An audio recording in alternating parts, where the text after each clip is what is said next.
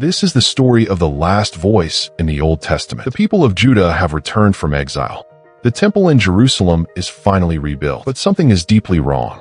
Their faith has grown cold, cynical, and full of complaints. So God sends Malachi with a blunt, loving confrontation.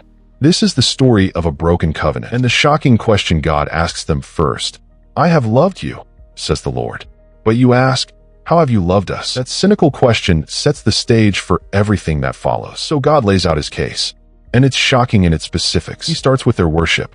They were bringing blind, lame, and diseased animals for sacrifice, the literal leftovers they wouldn't dare give to their governor. "Try offering that to your governor," God says through Malachi, "and see if he would be pleased." Then he turns to the priests, the spiritual leaders.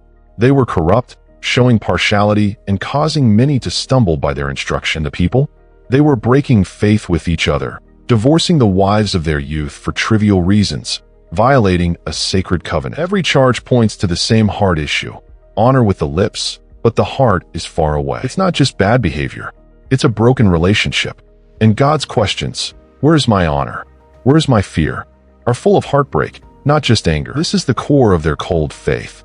But what does God do with a people who have failed so completely?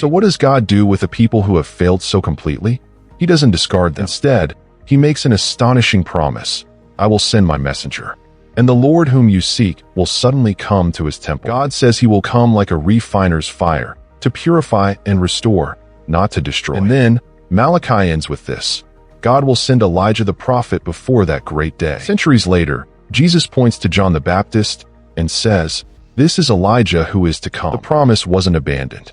It was fulfilled. God's response to our failure is never just anger. It's a pathway back, a promise that turns our repentance into his restoration.